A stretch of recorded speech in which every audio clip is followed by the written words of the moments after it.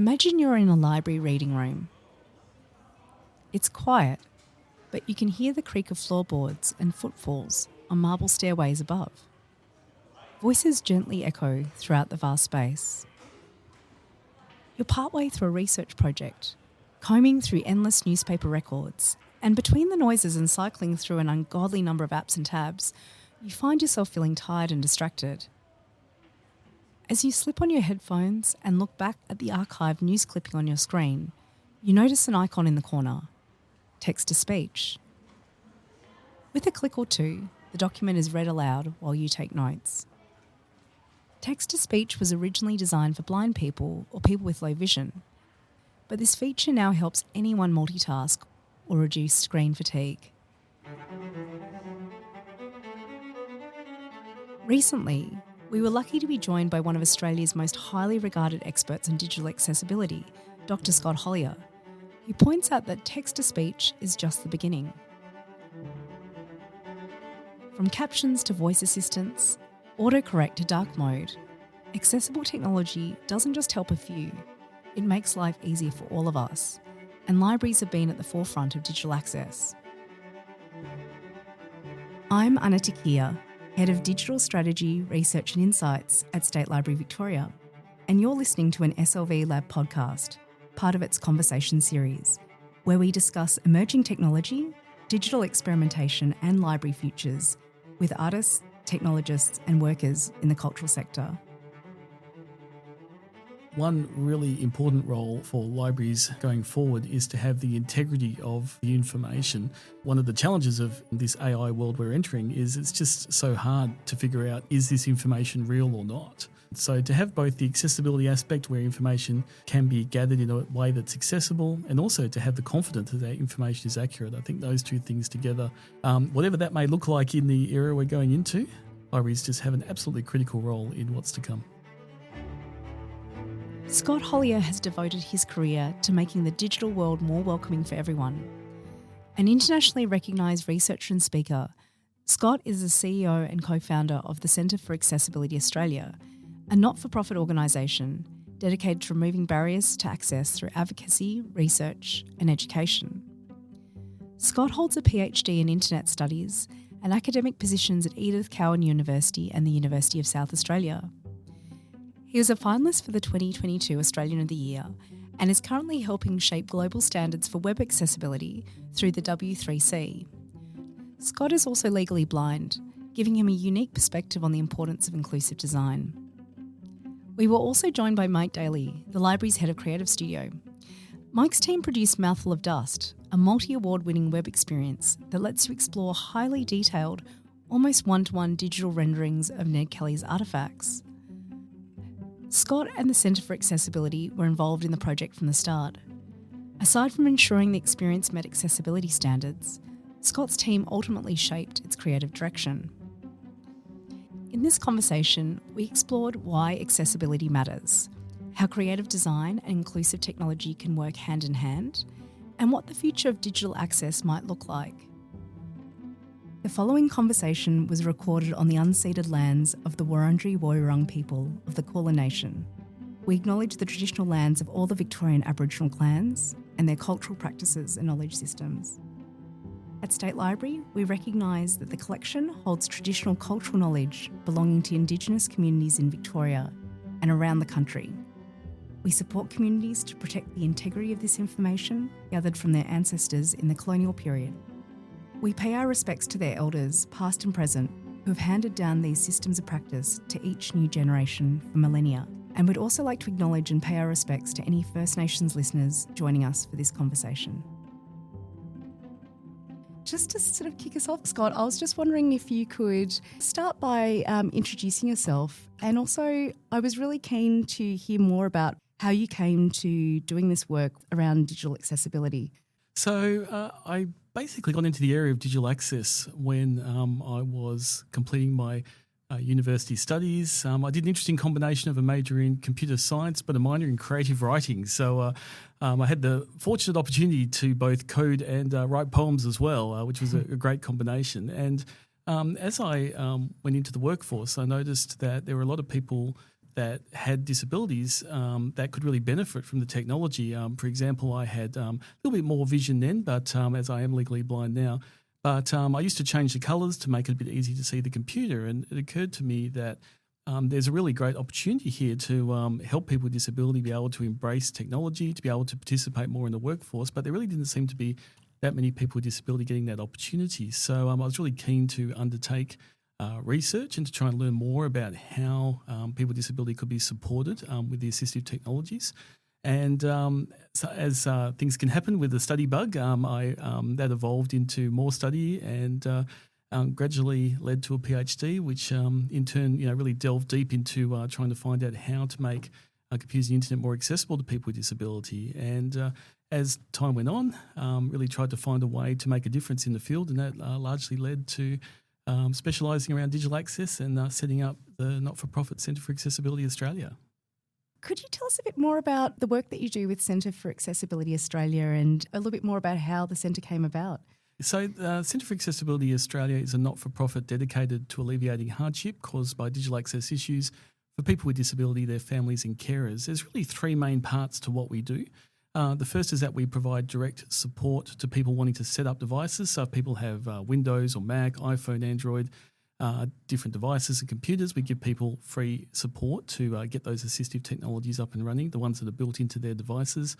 We also strongly advocate for the importance of digital access. So every 2 years we run the Australian Access Awards. And we also have some more commercial services around training and providing support along those lines. We have 15 staff, 11 of which have lived experience of disability. The centre started really because I did work for a time for a not-for-profit based in Sydney, and that not-for-profit went off in a different direction, and there was a real gap in meeting those needs of people with disability and helping them to get technologies up and running. And so myself and two others, we wanted to really get that happening. And so we decided to start an initiative to give people a hand and also give organisations support in getting accessibility happening. And as that continued to evolve, that led to the creation of the not-for-profit, and it all went from there. So Centre for Accessibility Australia focuses on alleviating hardships that are caused by digital access issues. Could you tell us a bit more about what that looks like in practice? Essentially, there's two main things that lead to challenges with digital access. One is that people may not be aware of the great accessibility features available in everyday devices. And also we need to make sure that content is created with accessibility in mind, and often that doesn't happen. So we work really hard as a not-for-profit organisation to address those two issues. So making sure that people with disability do have the right tools in their device of choice so that they can independently use those devices. And the great thing is that first part is largely addressed now. When we do buy our everyday devices, we do have great assistive technologies built in, and there are still the options to buy those third-party ones as well. So the second part of the coin is making sure that the content works with those tools. And that's where the work we do with organisations, including here with the State Library of Victoria and supporting the Mouthful of Dust project. We've had the great privilege to provide that type of support and just work with organisations in partnership to give people a hand on that journey. How does accessibility compare between Windows and Apple platforms? I know that's often a big battle for some people between these two platforms. How do you see it? It's a great question. And look, it's something that does come up in my house a lot because I am a Windows and Android person. My wife is Apple products all the way. So this is something that we often debate at home. But look, essentially, both do have great accessibility features built in. Apple probably gets a bit more credit in introducing more fully fledged accessibility in the early days, but Microsoft certainly caught up with Windows. Windows probably on the desktop level has a slight advantage that it does have both touchscreen support and traditional keyboard and mouse support with accessibility. So a lot of the features can be used both by touchscreen or keyboard. As on a Mac, it's largely keyboard only. But if we look to mobile devices, the iPhone is an extremely good accessible device, and Android is probably slightly off the pace in comparison, but still has really more and more polished products are evolving. I personally use an Android smartphone for my needs. I use a screen reader called TalkBack on my phone. On Windows, I use a screen reader called Narrator. And I also use a combination with my limited vision of zooming in on the screen and a high contrast colour theme. So for my personal needs, I could use any of the major platforms. and that would be effective in being able to access things. But all things being equal, all the major platforms do have great accessibility these days. Good to hear. Just for fairness, I am going to ask about Linux for the Linux users out there. That's a great question to ask. So in terms of Linux, it is getting better and better. So if you do need to use a screen magnifier and a screen reader, there's things like Orca, and it is getting better. I think Linux has the challenge of being very fragmented in terms of lots of different distributions. So some have accessibility, some need to install accessibility. So the fragmentation of Linux, as being so many different variants, does make it a little more challenging to find a really accessible Linux platform to start with. But I do have some blind friends that do use the screen readers in Linux and use that as their daily driver, especially as nearly everything in Linux can be done through command line, which is a direct translation for screen reader software. So I love Linux as a concept. I think the fact that it's free, there's great software installed, and hopefully as the community continues to evolve accessibility, it'll just get better and better.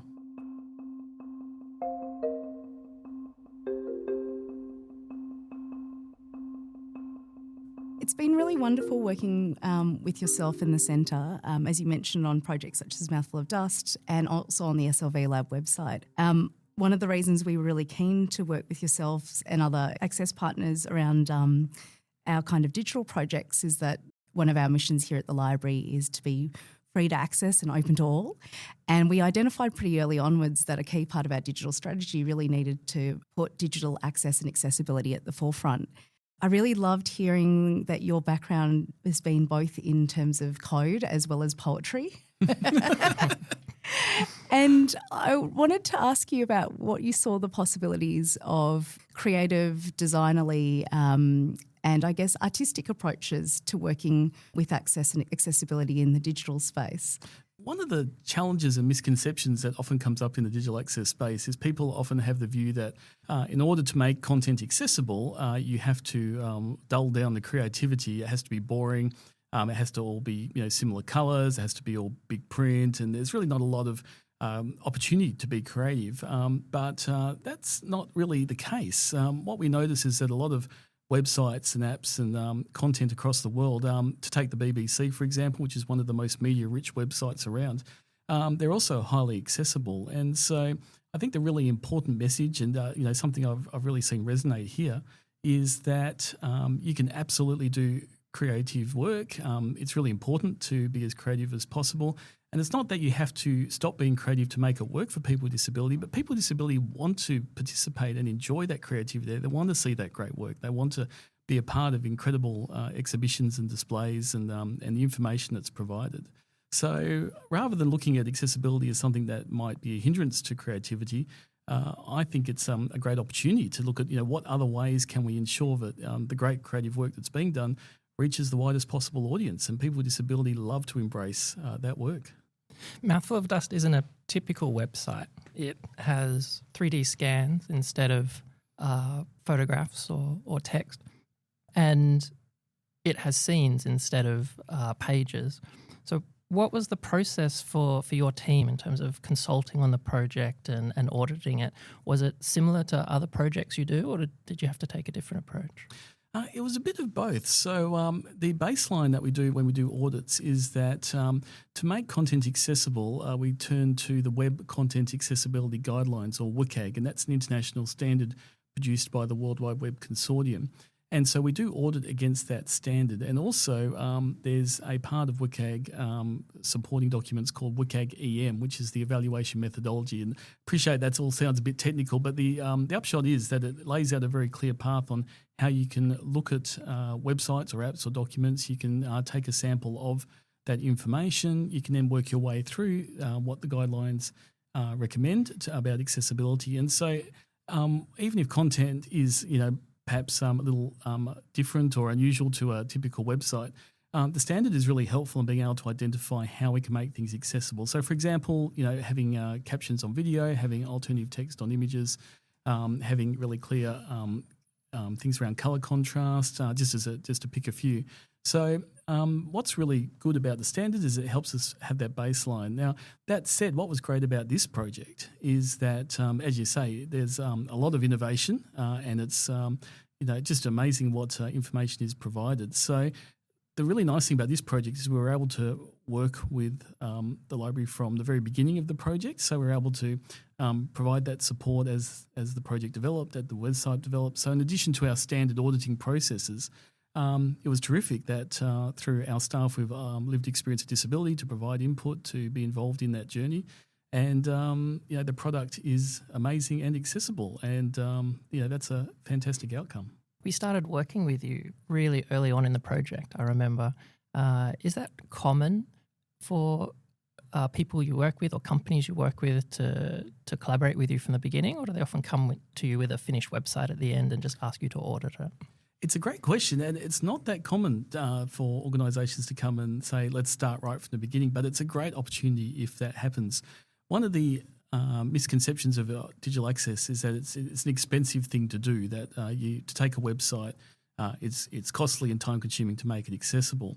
But that is often because of people coming very late in the piece to find out if something's accessible. So it's a really good point you make that unfortunately it's not normal to work from an early stage. Usually people come to us when it's like, okay, we're going to launch soon. Oh yeah, there's some accessibility thing we need to check. Yeah, let's get that looked at. And it's like, oh no, and there's a few issues there. And so, and then unfortunately it can be time consuming and expensive to retrofit, at the 11th hour. But if organisations adopt that WCAG standard we were talking about earlier, if organisations embrace digital access through the journey of development, whether you have a company like ours involved or not, if you can embrace those WCAG guideline principles, then it really isn't really extra time or money. It's more about the process of developing things, maybe a little different to how it would have been developed before, but just adopting different processes. And then at the end of the day, it's not more expensive or time consuming, but it turns out accessible. So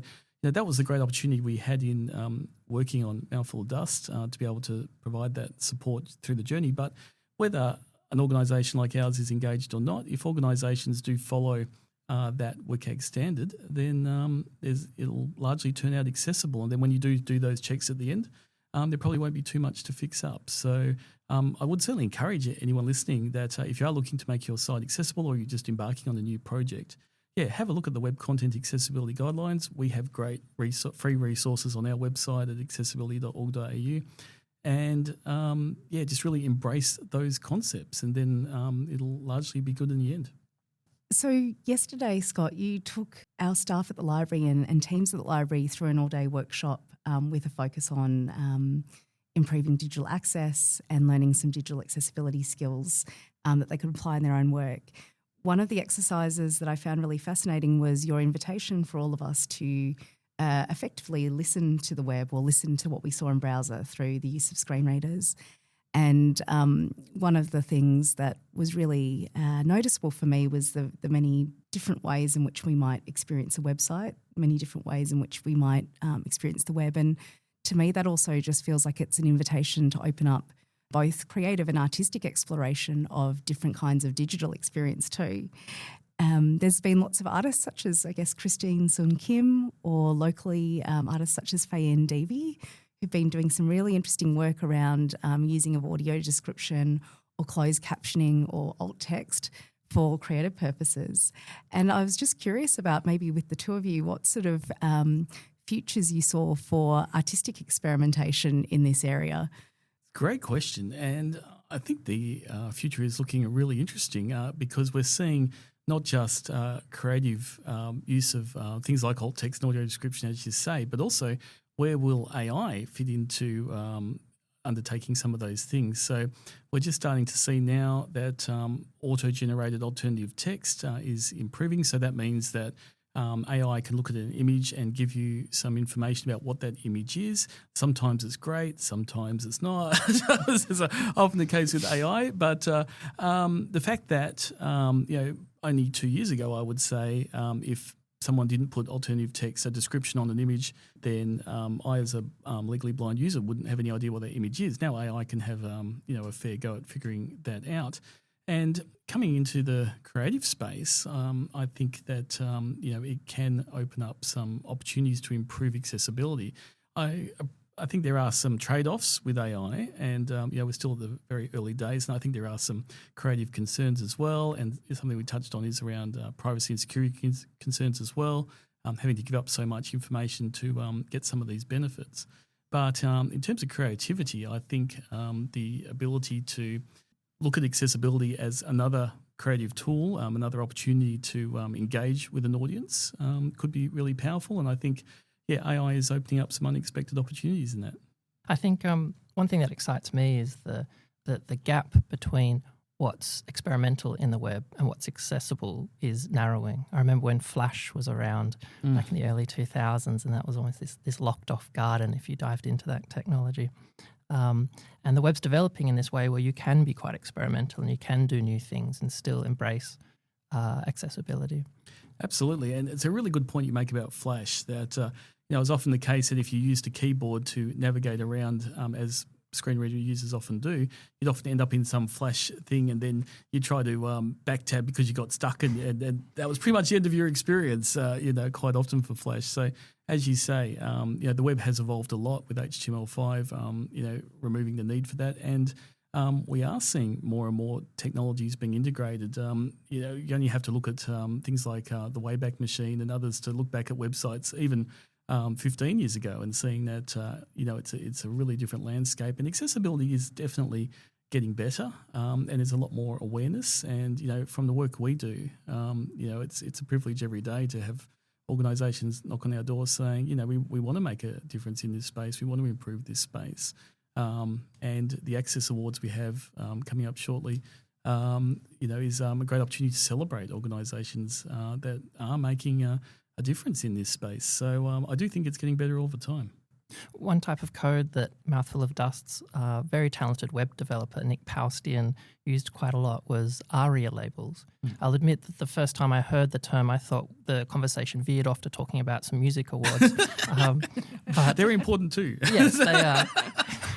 But it seemed that they were, I won't go as far as to say they were the magic source of doing something experimental on the web, but they did help in areas where there wasn't a more traditional way of describing something on a web page. I know it's quite a specific thing to discuss, but I was wondering, Scott, if you could just talk about ARIA labels very briefly, maybe explain what they are. Yes, certainly. So ARIA stands for Accessible Rich Internet Applications. Essentially what ARIA does is it provides some more direct commands to assistive technologies. So if you're using a screen reader and you're listening to a voice guide you around the website, then one part of ARIA, for example, is landmarks, where you can say, this section is the main navigation, this section is the main body, this section is the footer, and it just allows you to quickly jump around the different sections. And one of the challenges of using a screen reader is it's a very linear process, so it really tries to pull all the information out of something like a website, and it restructures it so that you can listen to it in a linear order.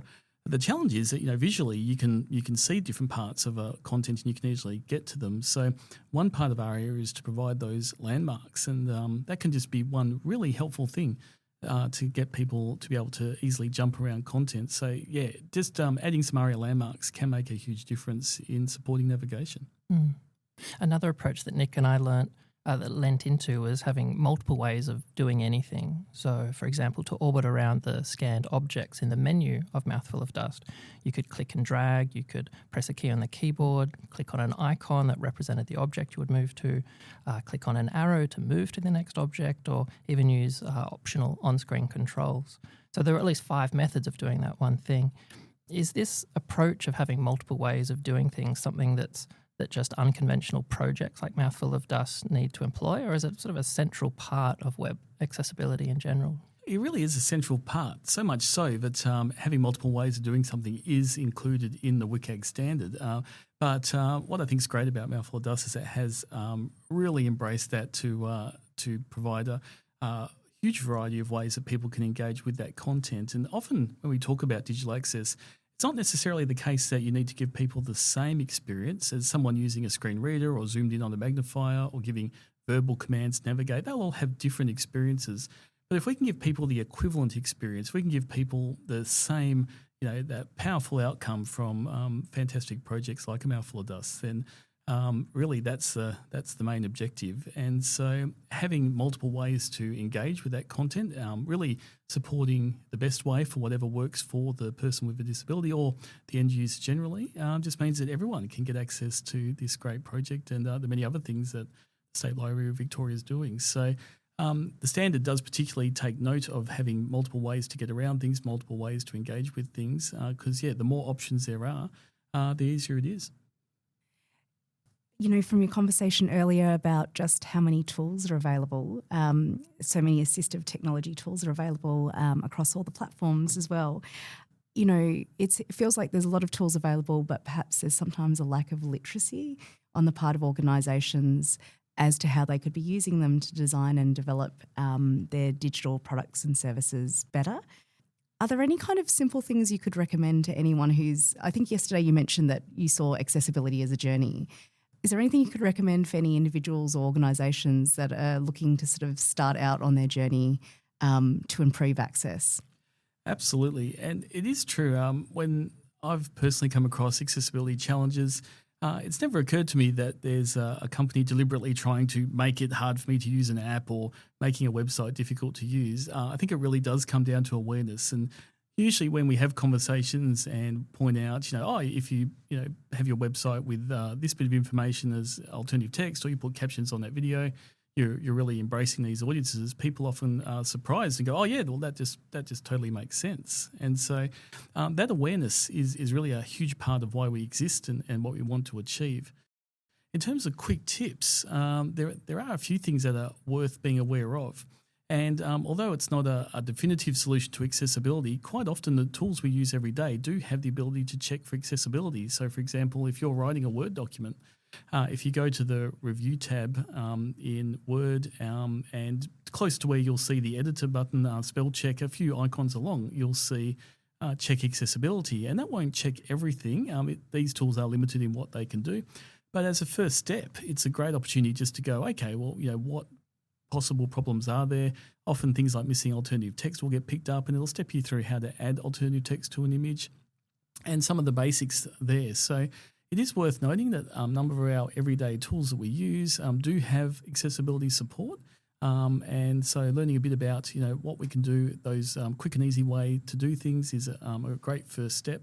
And as saying earlier, on our website, we do have a lot of great free information to support people through the Web Content Accessibility Guidelines, which is those 13 overarching guidelines and a number of practical tips to give people a hand beyond that. So if people are just starting this journey, have a look for that check accessibility button in your documents. There's a few free tools like Wave, which can check websites. You can learn a bit more about that at wave.webaim.org. And also, if you want to put captions on a video, there's a great tool called Amara, amara.org, which is another free tool which can be really helpful in putting captions on video to support people who are deaf or hard of hearing. So there's a few really great tools out there, no cost, and really helpful to get started.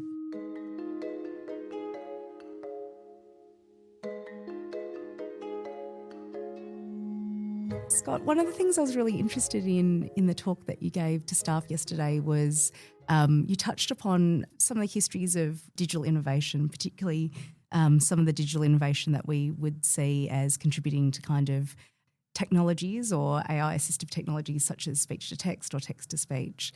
And I think you made the really interesting point that so much of the origins of these innovations have actually come through assistive technologies and technology development. Yeah, that's absolutely correct. And I think one of the really interesting things and why AI, while it does have its challenges, is also a really interesting space is because sometimes there'll be a particular accessibility challenge, which is just something you accept is just not possible to overcome. And then one day something pops up on your phone or on your computer and makes things possible. So one example of that is as a legally blind person, taking a selfie is something that has been a bit challenging for me. I like to go on trips and things, and if I am away from my wife and kids, I like to try and get some photos. But yes, in the past, being a legally blind person trying to line up a camera has been a bit challenging. And then one day, an update came down my phone from Google, which has a guided selfie frame. And so now I can hold my phone up and a little voice says, up a bit, right a bit, okay, 3, 2, 1, click. And thanks to that, I can now take a reasonable selfie every time. And that's just something that just popped up on my phone one day because there was some innovation in the space and that made things possible. And likewise, when people do make content accessible, to move from something that isn't possible to possible just makes a huge difference. So likewise, with captioning, we're seeing improvements with live captioning getting better and better for supporting people who are deaf or hard of hearing. And it's about 90% accurate now. It's still got a little bit of work to do as AI tries to process the information and provide captions based on speech, but we've seen some innovations there as well, and that's getting better all the time. And I think in the future, it might well be the case that some of the accessibility issues that we talk about might be rendered before we even get to the page. So perhaps AI will be able to say, yeah, look, that website is missing some alternative text for images. I think those headings need to be better structured. That color contrast is a bit off. We might fix those things before the user actually gets to them. And so, again, there are benefits and issues with AI being in our lives. But I think that from an accessibility standpoint, that type of innovation is promising. So I think there is a lot of innovation to happen in the accessibility space. There's just a few examples of things that are quite exciting. And, I'm always looking forward to what the next adventure is that might turn up on my device that is really helpful. Do you think that some of those challenges you just mentioned, if browsers are jumping in and doing the work of coders and designers and developers to make websites or other forms of media accessible, that it might give a message to those creators that they don't actually have to work or integrate accessibility because the browser's going to do it for them?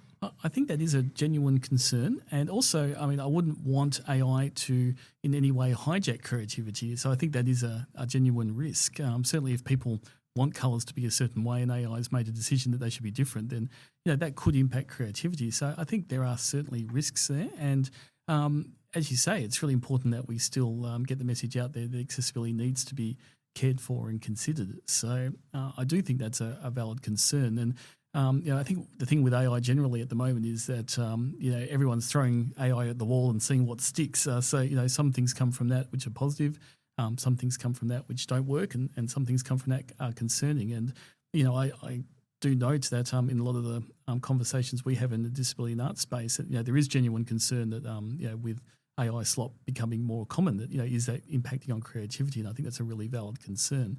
So from an accessibility point of view, I think there could be some great benefits, but I do agree it shouldn't be at the cost of stopping people from being creative or being aware of the need for digital access. A moment ago, I just talked about the work of making things accessible, but I reflected on that a moment later, and I feel like the work we did, I'll put that in quote marks, on Mouthful of Dust with accessibility, and also what we did yesterday in the workshop, the accessibility workshop with you, with the State Library staff, it didn't feel like work at all. It actually felt fun. There were these really interesting challenges that were sort of quite enjoyable to solve to make things accessible. Well, I think, look, thanks so much for that feedback. And we always try to make workshops, fun and engaging because at the end of the day, accessibility is about community. And so the chance to come together as a group and, have a look at what accessibility is. We looked at, a great audio described video which makes us laugh. And, we can see that accessibility, can really be an engaging force. It can really bring everyone together. And so, I don't see that, those innovations we talked about before on the horizon I don't want those to take away from the ability to come together, to be able to join and look at this space and just think, well, what can we do to make sure that we can all come together? And I don't think anything like AI is going to be able to create something like a Mouthful of Dust or the accessibility behind that or the incredible creative innovation of that project. So the fact that we can come together, create something special and make it accessible, it really is about community and that engagement. So, no, it's a great pleasure to run that yesterday. I think I'm always struck by the stats, and I think you shared some yesterday that 18% of Australians currently experience or live with disability, and it's really acknowledged that also many of us will live with or experience disability at some point in our lives as well. I was just thinking this morning, I was lucky to be introduced by some disability justice advocates to the really wonderful work of Leah Lakshmi, who talks about who wrote a book called The Future is Disabled, and really posits this idea that, what if we thought about the future where the majority of us experience disability or live with disability? It made me reflect upon the idea that there is often this sense of designing for others, but in fact we could be designing here and developing here for all of our futures. And I just was wondering if you had any particular thoughts on that as well. I think it's absolutely true that when we make things accessible, while we do think of it in the context of supporting people with disability, we're really aiming to make it accessible to everyone. And some examples that we often come across is that when we have live captioning, you might be at your GP, you might be at a pub, you might be at an airport, and you'll see captioning on the TV, and that's not because everyone is deaf, but because in those environments, that live captioning is really helpful to be able to keep track of that information. Likewise, in the UK, there's been some great information around shows being audio described. And for those people not aware of what audio description is, it's basically a narration describing the more visual aspects of a TV show or movie. And the feedback is that people preparing dinner for their kids, they can just listen to the TV shows because all the visual parts are being read out as well, and they can easily just keep track of that while they're cooking dinner and getting things sorted for the family. And so neither of these are really disability-specific benefits, but they do benefit everyone. And it is absolutely the case, and we hear this time and time again, because as you say, at some point of our life, everyone will have a disability, but also just in our daily living, when we put accessibility into our everyday environment, then it becomes useful. And so the more we can embrace that, then the better it is for everyone.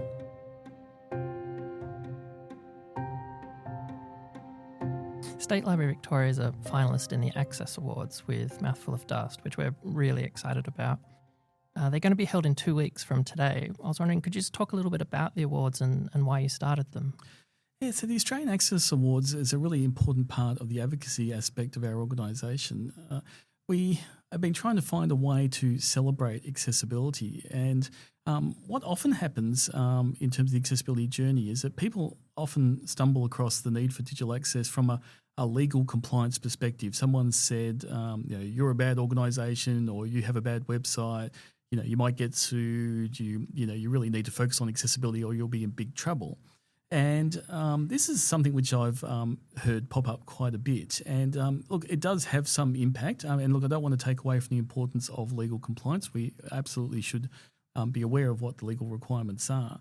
However, from our point of view, it's really important to think about the carrot rather than the stick. We want people to embrace the opportunities, like we've talked about today, that digital access represents, the ability to really support the community, to support each other, to work together, to collaborate and partner when it comes to making things digital access related. And so we decided to start an awards event, and this will be the 4th time we've run it. We've run it every 2 years. And it's been wonderful to have that really being embraced. We make sure the nominations are free so that people with disability in the community can nominate. And I was delighted to see Mouthful of Dust pop up as a finalist.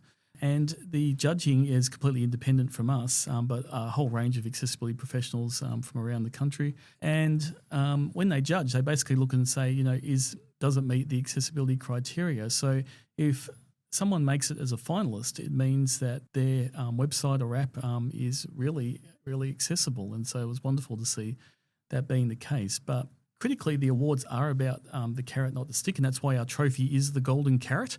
But we do celebrate that carrot and the fact that we really want to lead in terms of celebration, in terms of enthusiasm and the ability to work together in this space. Is there any way that people or organisations can get involved in the awards? Absolutely. We do have some sponsors are always, as a not-for-profit, we always welcome sponsorship. But for this year, we're all good. Yeah, we will be running it again in 2 years' time. But look, really, the critical thing is if you go to accessibility.org.au/awards, you can see the finalists from previous years. You can see the winners. And really, I'd just like to encourage people listening to have a look at the finalists, have a look at the winners, have a look at the organisations that are making a difference in this space, have a look at the initiatives that are really doing great work in accessibility, have a look at the individuals that we recognise, because at the end of the day, these are the places that are making a big difference, leading by example. We've also noticed over the years that, for example, there was one year where a bank took out the award, and we noticed several other banks improving accessibility and then taking out awards. And so part of the aim of this is also to demonstrate what best practice is, and then that's often led by examples. So yeah, please check out who is doing great work in this space and follow their example. The ceremony is taking place in Perth. Do you expect or hope that the award ceremony in the future might travel around Australia, or is it firmly planted and rooted in Western Australia? We are an Australia-wide organisation, but we are based in Perth. So, we are having it in Perth at the moment. But it is the Australian Access Awards. I would love to have a chance for it to travel around. So, we'll have a look at where things are at in 2 years' time. I do acknowledge that Perth is quite some way away from a lot of other cities, and we're very fortunate that a lot of people do make the trek over. Also, we do have it live streamed, so great chance for people to still be a part of that if they're not, and understandably many aren't near Perth or WA, but the focus is national. We're really keen to continue to expand it with that national reach, and I'd love to see it go on the road. So watch your space. Just wanted to kind of maybe end with a couple of futures questions. I do like to ask a futures question, Scott. You are impartial to a futures question, aren't you, Anna? I'm a little bit biased. I'll dust off the crystal ball here. I was wanting to just imagine a little bit like a future of full digital access and accessibility. And if we would imagine a future where there were no barriers to access digitally, what you would see libraries such as the State Library of Victoria doing? Terrific question. Libraries are often at the forefront of looking at how can information be provided in a variety of different ways, and to go from traditional media to embracing online, and now seeing where things are going. I think for me, it would really be about, can my assistive technologies access information? And also, I think one really important role for libraries going forward is to have the integrity of the information. I think one of the challenges of this AI world we're entering is it's just so hard to figure out, is this information real or not? And we're seeing this time and time again with even high-level government reports being tripped up with referencing books that don't exist, pulling out information that's just not actually accurate. And I think one of the great things about libraries is that they have the integrity of the information. You know that the information is real. You know that it's evidence driven, and to be able to rely on that process and that integrity is something I think is becoming more and more important as time goes on. So to have both the accessibility aspect where information can be gathered in a way that's accessible, and also to have the confidence that that information is accurate. I think those two things together, whatever that may look like in the era we're going into, it just shows that libraries just have an absolutely critical role in what's to come. I think you've really teased out sort of almost two parts of a very big conversation for libraries at the moment. Yeah, misinformation is such a huge topic, and we actually have an exhibition on misinformation called Make Believe, which is on at the moment, which you can see in one of our galleries. I wanted to also ask about what you see changing in the accessibility landscape, and if there's any really significant changes that you would like to see, what they might be. Interestingly, the Web Content Accessibility Guidelines standard we were just talking about before, the current version is 2.2, and in development there's WCAG 3. Now, the purpose of WCAG 3 is to basically do a complete ground-up rebuild of that international standard, because up until now the standard has really focused on the web, and by proxy that's also included apps and documents. But what about the Internet of Things? What about driverless cars? How will AI fit into all this? And what about our information resources? How do we bundle all this up into some sort of accessibility requirement. And this is the question that W3C is trying to answer at the moment. So that new standard is some years away. But I think this will be a really interesting space to have a look at, because the international guidance does have a huge focus on how we apply accessibility principles to everything that we do. And so this new standard, I think, does have a great potential to provide support to us in that regard. So it's a little bit of a unknown at the moment. There is a fairly well-developed draft now available online, but it will go through a lot of changes. And how it's directly applicable in the library space and others is still a bit of a question mark. But I think the fact that there is a lot of work in the international community, and I also wear a hat with W3C in terms of actively participating in that international work, and it's exciting to see internally just how many great people, especially in the accessibility space, working to look at a whole lot of different scenarios that might be just over the horizon, and how accessibility can be applied. So hard to give a concrete answer, but yeah, there is certainly interest in how to apply accessibility to the technologies of today, and maybe the 10 things we don't know about yet. So it's an exciting space to watch.